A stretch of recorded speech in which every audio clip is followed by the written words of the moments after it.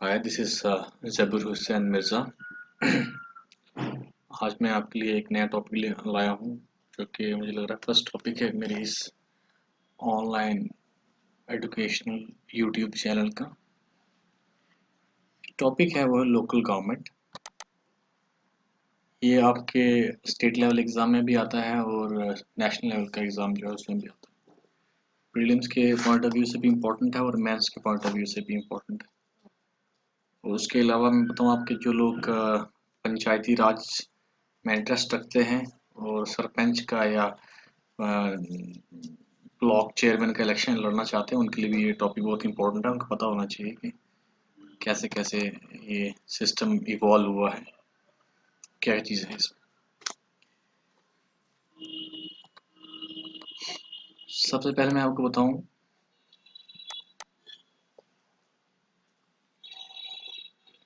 जो local government जो है ये हमारे जो इस टाइम जो हमारा कॉन्स्टिट्यूशन है इंडिया का उसमें 73rd और 74th अमेंडमेंट में है। लोकल गवर्नमेंट से मैं ये कहूँगा कि पंचायती राज जो है वो 73rd अमेंडमेंट में है और 74th अमेंडमेंट में है हमारा म्यूनसिपैलिटीज। इस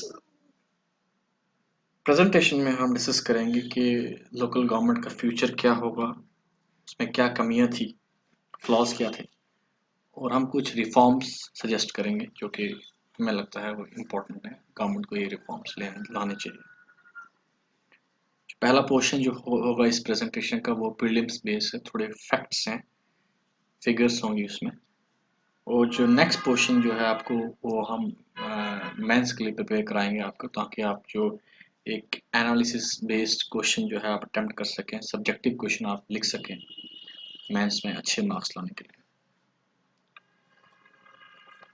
इंडियन कॉन्स्टिट्यूशन की बात करें, आर्टिकल 243 और 243 ओ जो है ये डील करता है आपका लोकल गवर्नमेंट के लिए।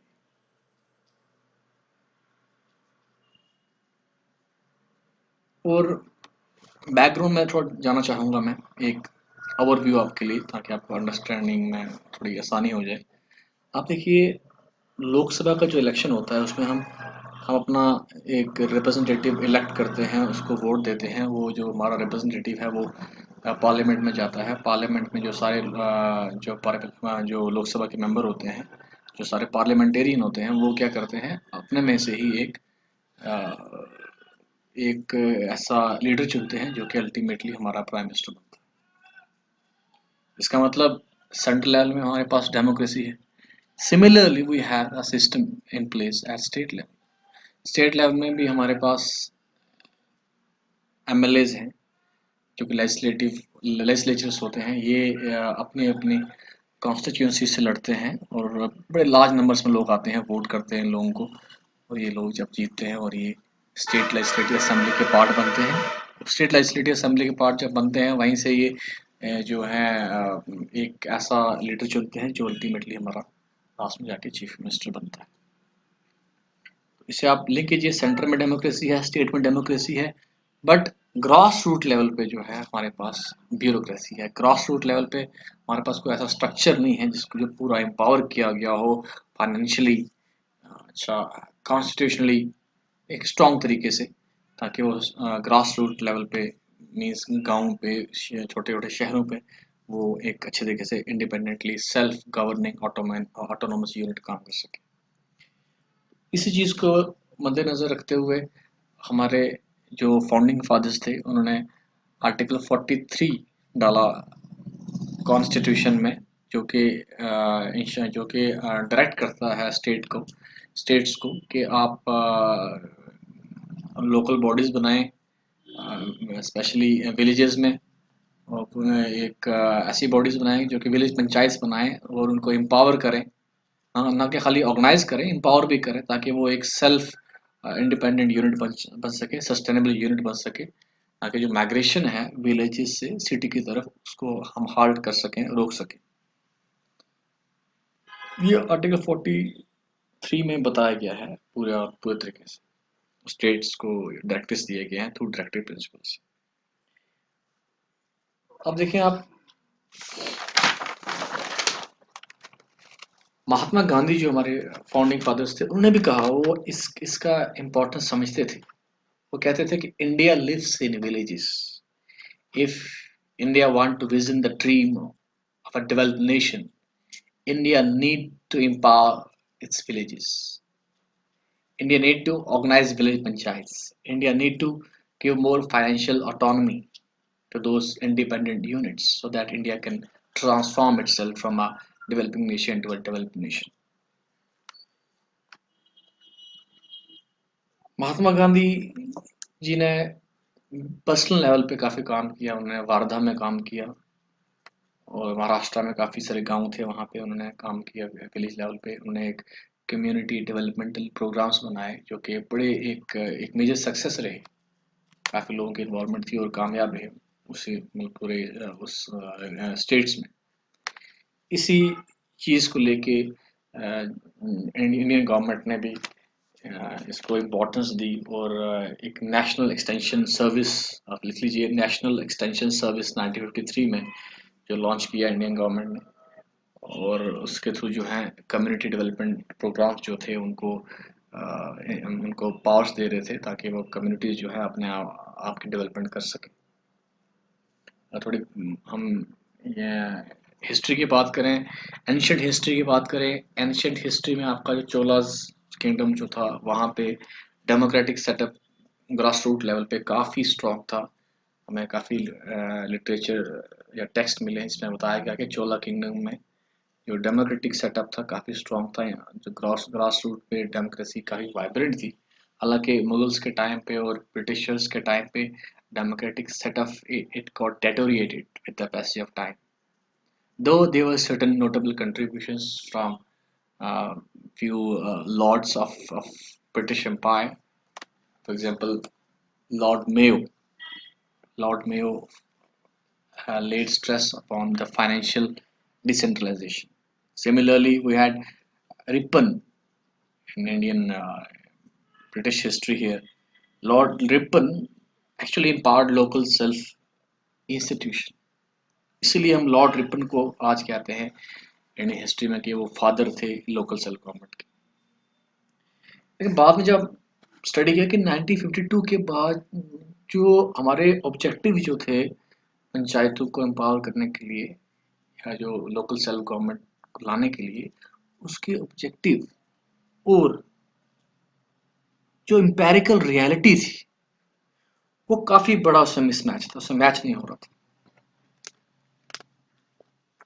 तो इसीलिए गवर्नमेंट ने डिसाइड किया, जवाहरलाल नेहरू जी ने डिसाइड किया कि एक कमेटी पीछे बिठाई जाए, कहाँ कमी रह रही है वो कमेटी स्टडी करे और कमेटी अपनी रिकमेंडेशन दे। वहाँ पे बहुत बड़े एक स्कॉलर थे, पॉलिटिशियन थे, बलवंत राय मेहता जी। उन्होंने पूरे इंडिया में टूर किया और उन्होंने एक कमेटी की उनकी जो थी उन्होंने ऑब्जर्व की। I mean, उन्होंने पूरे इंडिया में टूर करके फिर उन्होंने कुछ रिकमेंडेशंस दी जिन्हें हम आज कहते हैं बलवंत राय मेहता कमेटी।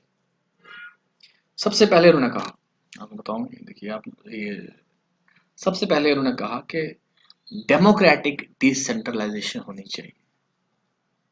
जैसे कि सेंट्रल लेवल पे हैं हमारे रिप्रेजेंटेटिव्स, स्टेट लेवल पे हैं हमारे लेजिस्लेचर्स, ऐसे ही ग्रास रूट लेवल पे भी ब्यूरोक्रेसी की जगह हमारे पास पंचायत जो हैं, they people should be the representative of ours. We need to, I mean, they need to draft all those plans of self development. दूसरा पॉइंट उन्होंने कहा establishment of three tier panchayati raj. Three tier मतलब एक आप ग्राम पंचायत बनाएं, ग्राम पंचायत को हेड करेगा जो सरपंच। फिर आप ब्लॉक लेवल पे एक पंचायत समिति बनाएं, फिर डिस्ट्रिक्ट लेवल पे आप एक जिला परिषद बनाएं। आपसे याद रखें बलवंत राय मेहता कमेटी ने जो प्रीलिम्स पॉइंट ऑफ व्यू के हिसाब से कि थ्री टायर सिस्टम को रिकमेंड किया था, और ये क्वेश्चन आता भी है स्टेट लेवल की एग्जाम। उन्होंने कहा जो भी प्लानिंग जो है वो planning, all planning and developmental activities should be interested to these bodies. जो भी प्लानिंग एक्टिविटीज होंगी वो सारी की सारी इनको दी जाएंगी। देखिए आप सिंपल सी बात पे आपके मोहल्ले में जो गली है वो सीधी जाएगी या थोड़ी टिल्ट होके जाएगी, आपको पता होगा, या फिर सेंटर में बैठे हुए जो मिनिस्टर हैं या स्टेट में जो उनको पता होगा। उन्होंने कहा था लोकल जो है, जो लोकल इंस्टीट्यूशन जो बन रहे हैं डेमोक्रेसी के, इन्हीं को एम्पावर करो, यही डेवलपमेंटल एक्टिविटीज बनाए, यही बनाए कि इनकी लैंड जो है सीधी बनेगी या थोड़ी टिल्ट बनेगी। और डिस्ट्रिक्ट में आपका जो टीसी होगा, he would be the head of जिला परिषद। I mean, there should be ultimate transfer of powers and responsibility to these democratic bodies। ये उन्होंने कहा बलवंत राय मेहता जी ने। वो इनफैक्ट जो नेशनल डेवलपमेंट काउंसिल से हम आजकल नीति आयोग कहते हैं, आप चेक कर लीजिए करंट अफेयर्स में नीति आयोग को थोड़ा स्टडी कर लीजिए, इसके ऑब्जेक्टिव्स क्या हैं, कौन कौन से मेंबर्स होते हैं। वैसे काफ़ी स्ट्रांग बॉडी होती है, इसमें प्राइम मिनिस्टर होते हैं, chief minister of all states होते हैं। तो इस करंट आप पढ़ लीजिए अपने एग्जाम्स के, अपने करंट सीरीज के हिसाब से इम्पोर्टेंट है। इसमें आप बताइए, उसने भी एक्चुअली जो नेशनल नेशनल डेवलपमेंट काउंसिल था, even they gratified, they approved the proposal. उन्होंने कहा ठीक है, जो बलवंत राय मेहता कमेटी ने जो प्रपोजल दिया हम इसको अप्रूव करते हैं। बट उन्होंने इंसिस्ट किया कि रिजिड अप्रोच नहीं रखेंगे, कुछ इतना स्ट्रांग नहीं रखेंगे, जो उन्होंने कहा वो पूरे का पूरा देंगे। उन्होंने कहा कि हम स्टेट को ये देंगे पावर्स कि वो अपने हिसाब से, अपने स्टेट्स के हिसाब से, अपनी जियोग्राफी के हिसाब से, इकोनॉमी के हिसाब से, अपनी मतलब एक एडमिनिस्ट्रेटिव सेटअप के हिसाब से, एक कल्चरली के हिसाब से, अपने अपने एक इन्वायरमेंट के हिसाब से वो उसको ड्राफ्ट करें, और इस जो बलवंत राय कमेटी इसको इम्प्लीमेंट करेंगे with true letter and spirit. वहाँ पे राजस्थान जो है थी वो फर्स्ट स्टेट थी, जवाहरलाल नेहरू जी ने खुद जाके वहाँ पे इनॉग्रेट किया। पंचायती राज जब सरपंच जी जब बने थे, वहाँ पे जाके उन्होंने खुद उनको बिठाया कि हाँ आप मतलब सरपंच बन चुके हैं इस पंचायत का। नागौर पंचायत थी शायद, आप स्टडी कर लीजिए इसको।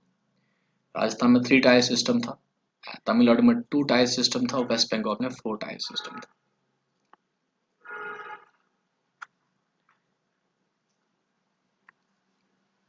अब उसके बाद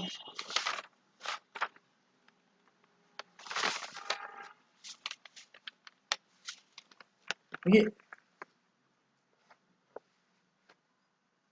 हालांकि बलवंत राय कमेटी की रिकमेंडेशन पे काफ़ी स्टेट्स ने पंचायत्स को एम्पावर किया, लेकिन वो अपनी एक कहते हैं ना कि कोई बंदा नहीं चाहता अपनी पावर्स किसी को देना नहीं चाहता।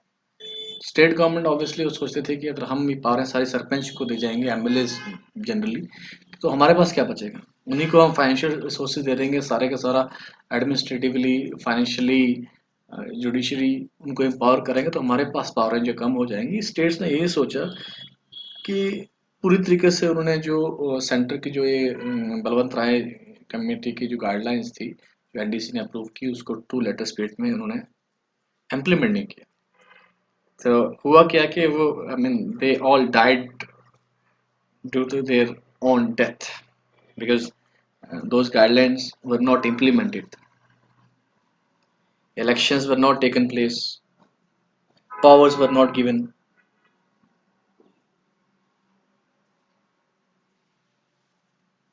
काफी ये पूरा एक स्ट्रगल रहा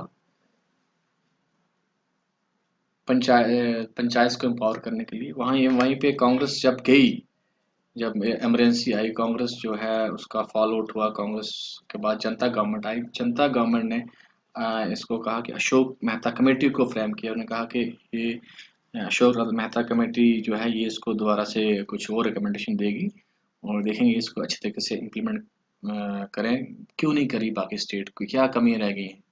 ऐसे जो भी पॉइंट्स थे उनको अशोक मेहता कमेटी जो थी, जनता गवर्नमेंट ने कहा कि आप इसको फिर से ड्राफ्ट कीजिए, कमेटीज जो है, जो कमेटी है रिकमेंडेशन दोबारा से।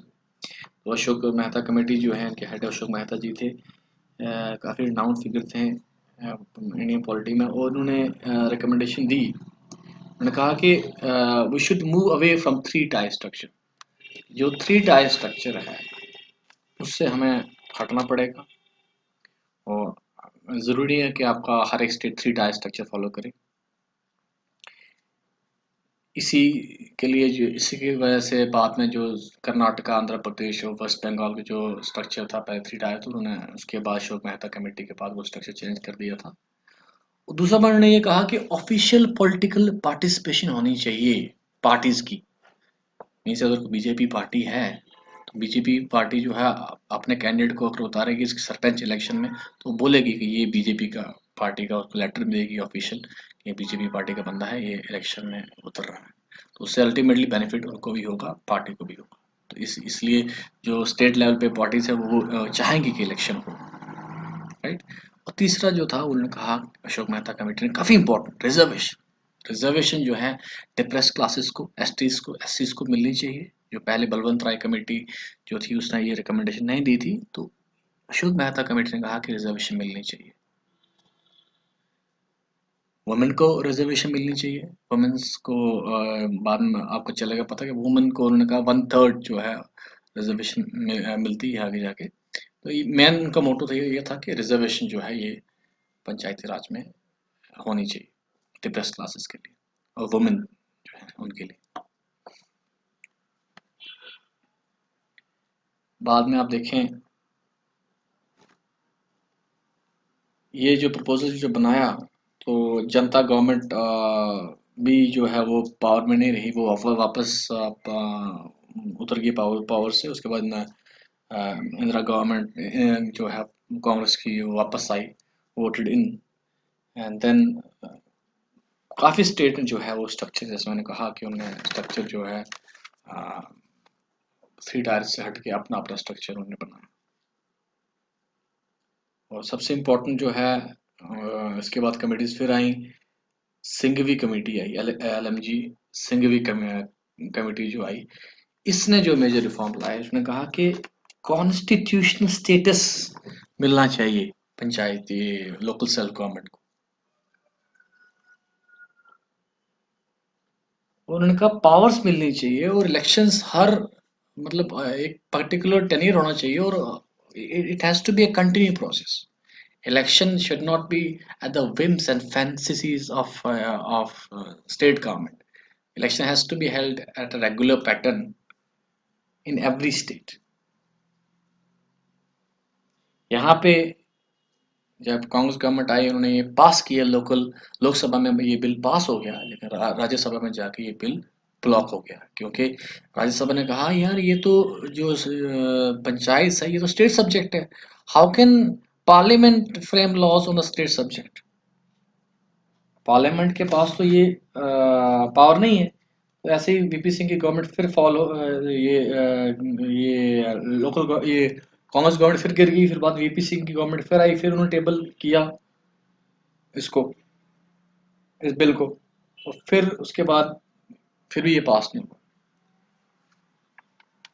लास्ट में जब क्या हुआ कि नरसिम्हा राव 1992 में, नरसिम्हा राव, पीवी नरसिम्हा राव, कांग्रेस की गवर्नमेंट जो आई, 73rd अमेंडमेंट जो थी वो पंचायती राज के लिए, और 74th जो है म्यूनिसिपैलिटीज के लिए, ये जो थी constitutional empower, I should say constitutional एक अमेंडमेंट जो है 1992 में पी नरसिम्हा राव जी की गवर्नमेंट में ये दोनों हाउस ऑफ पार्लियामेंट से पास हुई और ये एक्ट बन गया।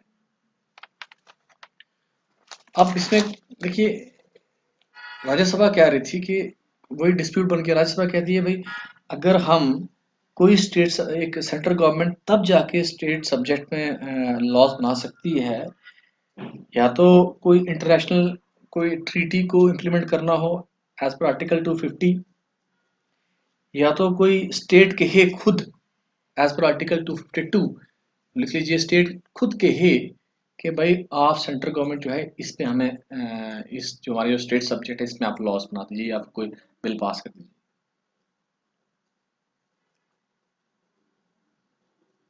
या राज्यसभा को लगे एक रेजोल्यूशन पास करे आर्टिकल 249, राज्यसभा रेजोल्यूशन पास करे कि यहाँ पे कुछ स्टेट सब्जेक्ट पे कोई लॉस पार्लियामेंट बनाए, तो वो उसको हम पास कर सकती है, उसको पार्लियामेंट जो है पास कर सकती है।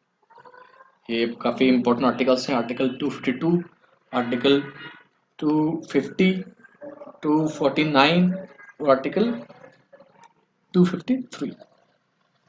तीनों आर्टिकल बहुत इंपॉर्टेंट है। ये प्रीलिम्स में आ सकते हैं, स्टेट लेवल पीएससी में भी, और नेशनल लेवल जो है हमारी यूपीएससी उसमें भी आ सकते हैं। आप इसको पढ़ लीजिए। जब ये डिस्प्यूट बन गया कि स्टेट सब्जेक्ट में सेंट्रल गवर्नमेंट जो है वो लॉज नहीं बना सकती, ये 4-5 आर्टिकल का रेफरेंस दे के, वहां पे फिर सेंट्रल गवर्नमेंट ने कहा ऐसा करते हैं, कोई एक मिडवे निकालते हैं। हम क्या करते हैं, हम एक टेम्पलेट बना लेते हैं, एक फ्रेमवर्क बना लेते हैं ब्रॉडर लेवल पे। वो फ्रेमवर्क को माइंड में रख के बाकी स्टेट गवर्नमेंट जो है वो अपने तरीके से लॉज को लेजिस्लेट करे, अपने हिसाब से ऐसे लॉज बनाएं जो कि उनकी हिसाब से उनकी स्टेट में इम्प्लीमेंट किए जा सकते हैं, अच्छे तरीके से किया जा सकते हैं, या फिर मॉडिफिकेशन करे वो किया जा सकता है। लेकिन जो बेसिक फ्रेमवर्क होगा, टेम्पलेट होगा, वो वैसे का वैसा रहेगा। यहीं पे एक कंसेप्ट आता है कंपल्सरी प्रोविजंस और वॉलंटरीली प्रोविजंस। इसमें आए कंपल्सरी प्रोविजन जैसे इलेक्शन, ये हर एक स्टेट को ये कंपल्सरी है कि वो पंचायती राज इस तरह लोकल बॉडीज का इलेक्शन कराए ही कराए after after regular interval of time. That's a compulsory provision. और वॉलंटरी प्रोविजन ये है कि अगर वो इलेक्शन कराए लेकिन अपने हिसाब से उनको एम्पावर करें, कम पावरें दे या ज़्यादा दे, ये उनकी अपनी चॉइस है। ज़्यादा भी दे सकती है, कम भी दे सकती है। दूसरा इंपॉर्टेंट प्रोविजन है जो कंपलसरी है, वो है कि स्टेट को ग्राम सभा जो है वो हर पंचायत में उनको वो स्टैब्लिश करनी ही करनी। मीन्स ग्राम सभा ought to be created,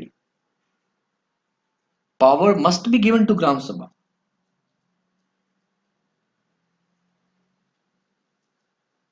और स्टेट ने कहा मतलब there should be uniformity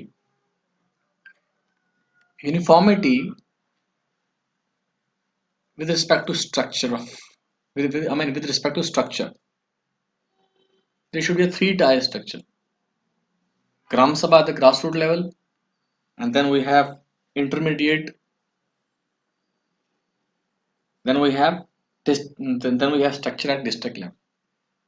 ग्राम सभा में आपका हेड करेगा सरपंच, इंटरमीडिएट लेवल पे आपका हेड करेगा ब्लॉक प्रेसिडेंट, ब्लॉक चेयरमैन, और डिस्ट्रिक्ट में आपका तो डिस्ट्रिक्ट चेयरमैन बनेगा, वो आपको करेगा, हेड करेगा।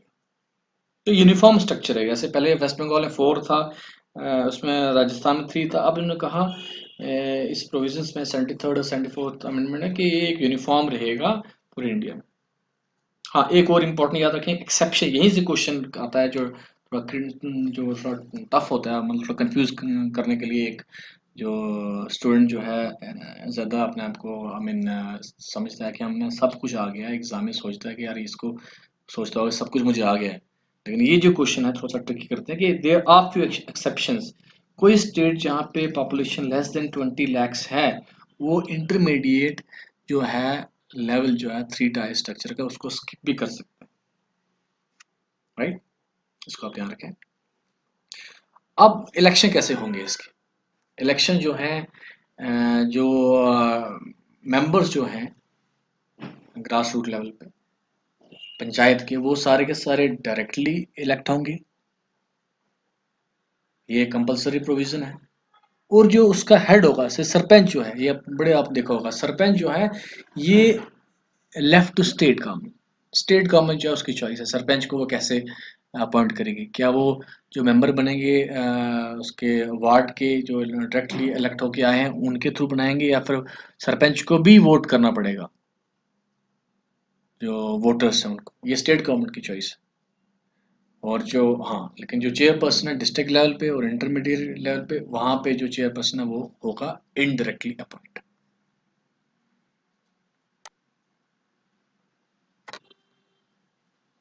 फिर से मैं कह रहा हूँ, जो चेयरमैन जो होगा डिस्ट्रिक्ट लेवल पे और इंटरमीडिएट लेवल पे, जैसे ब्लॉक लेवल पे या डिस्ट्रिक्ट लेवल में, वो इनडायरेक्टली अपॉइंट होगा। इनडायरेक्टली अपॉइंट मतलब जो सरपंचेस बनेंगे ब्लॉक लेवल में, वो सरपंच जो है और जो पैजेस हैं वो मिलके वोट करेंगे और वहाँ पे वो बनाएंगे चेयरमैन। इनडायरेक्टली अपॉइंट होगा, ऐसे ही होगा हमारा डिस्ट्रिक्ट लेवल। बाकी जो ब्लॉक चेयरमैन है वो मिलके अपॉइंट करेंगे डिस्ट्रिक्ट लेवल चेयरमैन।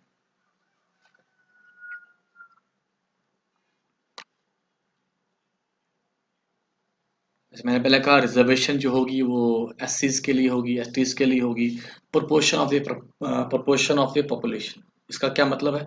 सिंपल सा है कि अगर एक एरिया है, उसमें 60% जो है पॉपुलेशन एसटीज की है, 60% जो है सीट जो है एस टी एस सीज के लिए रिजर्व हो जाएंगी। ऐसा ही वुमेन्स के लिए है। वुमेन्स के लिए जो भी सीट्स है उसका 1/3 सीट्स जो है वो रिजर्व होंगी वुमेन के लिए। 1/3 सीट्स जो है वो वुमेन के लिए रिजर्व होंगे। अगर 10 है, अगर 10 सीट्स हैं तो 1/3 आप लगा लीजिए, वो रिजर्व होंगे वुमेन के लिए। पंचायत का ड्यूरेशन क्या रहेगा? 5 ईयर्स, 5 साल तक ड्यूरेशन रहेगा इसका। और हाँ, एक और बात, 5 ईयर से मान लो 5 साल का टेन्योर है, आई मीन ड्यूरेशन है पंचायत का, सरपंच का मान लीजिए। इलेक्शन जो है, नेक्स्ट इलेक्शन, वो 5 साल के अंदर अंदर ही करना पड़ेगा। मतलब अगर 4.5 साल ही हो गए हैं सरपंच को, 4.5 साल के बाद ही एक दो लास्ट के 1-2 महीने में अंदर अंदर जो है वो हमें, मतलब या फिर इस हिसाब से रखेंगे कि 5 साल के अंदर अंदर ही जो है इलेक्शन हो जाए। जैसे 5 साल खत्म हुआ, नेक्स्ट सरपंच उसी समय आ जाए, उसी समय चेयरमैन आ जाए। सेकंड यह है कि ये भी इंपॉर्टेंट क्वेश्चन है, if it gets dissolve prematurely, अगर कहीं जगह पे 2 साल सरपंच पंचायत रहती है और डिसॉल्व हो जाती है, पंचायत नहीं होती, तो ये जो है स्टेट गवर्नमेंट जो है ड्यूटी बाउंड है कि within 6 months, as per the act, within 6 months they have to conduct election if a panchayat gets dissolved prematurely. Means before completion of their 5 years term, election has to be done within 6 months. Remember, within 6 months. So next comes qualifications. Qualification means like person must be citizen of India, right? Number one, and that guy must not be less than that. Less than guy means like a girl, a boy, not less than 20 years of age. When it comes to Lok Sabha election, question can previously, I saw a few papers in Lok Sabha elections or in assembly elections, the minimum age is 25 years of age. But in Panchayat elections, local body election, the minimum age required is 25 years of age. ध्यान रखें, 21 साल की as का होना चाहिए, तब जाके वो सरपंच का इलेक्शन कंडक्ट कर सकता है या फिर वो चेयरमैन कर सकता है।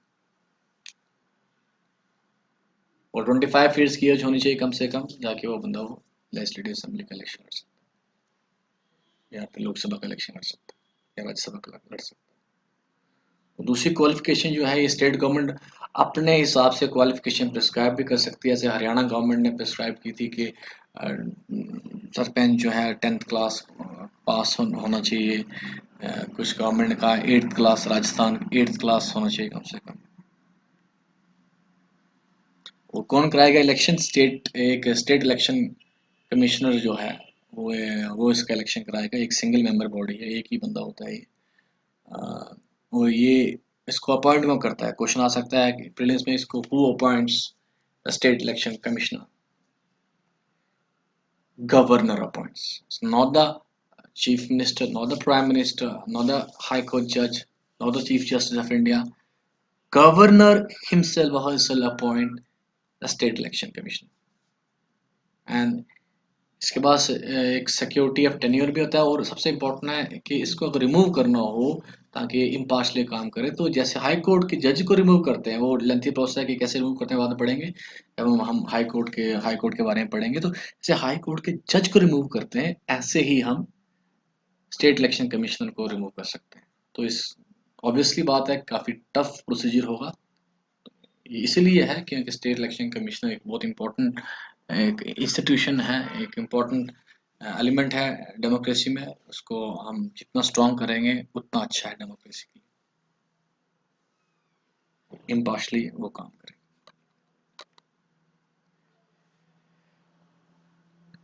वैसे तो खत्म हो गई प्रेजेंटेशन, लेकिन कुछ डिस्प्यूट आए थे यहाँ, जैसे कि हरियाणा गवर्नमेंट ने कहा कि अम, जो सरपंच है एटलीस्ट 8th पास होना चाहिए। राजस्थान ने भी कहा 10th पास होना चाहिए। तो यहाँ हाई कोर्ट के पास गए, तो हाई कोर्ट ने कहा कि ठीक है, होना चाहिए। अगर कहा कि उन मतलब ये बॉडी गई, सरपंच उसकी बॉडी गई कि मिनिमम क्वालिफिकेशन जरूरत नहीं है। हाई कोर्ट ने कहा ये स्टेट अगर करती है और उसकी अपनी चॉइस, अगर वो करती है क्वालिफिकेशन क्राइटेरिया इलेक्शन के लिए, तो वो उसमें कोई बुरी बुरी बात नहीं। बट कुछ स्कॉलर्स कहते हैं कि ये अगर वो सरपंचेस एजुकेटेड नहीं है, उसका रीजन कौन है? स्टेट खुद। स्टेट की कमी की वजह से वो इतने इतने सालों के बाद भी वो अनएजुकेटेड रहे। मैं इतना कहूँगा कि एजुकेशन और लिटरेसी में काफ़ी फ़र्क है। अगर इंसान को सही और गलत का पता है, वो एजुकेटेड है। लिटरेट है, that's a different thing.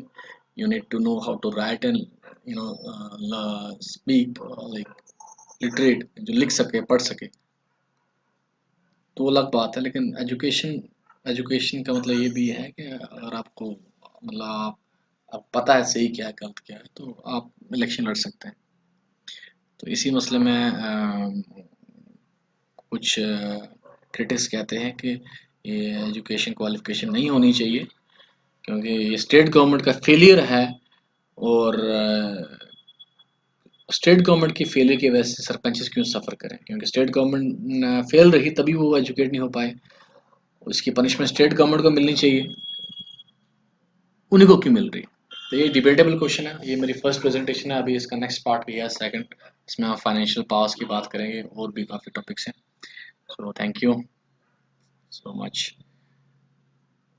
First presentation काफ़ी कमी रही होगी, मुझे पता है, थोड़ी हिंदी भी मेरी वीक है, तो क्या बोलूँगा। Thank you.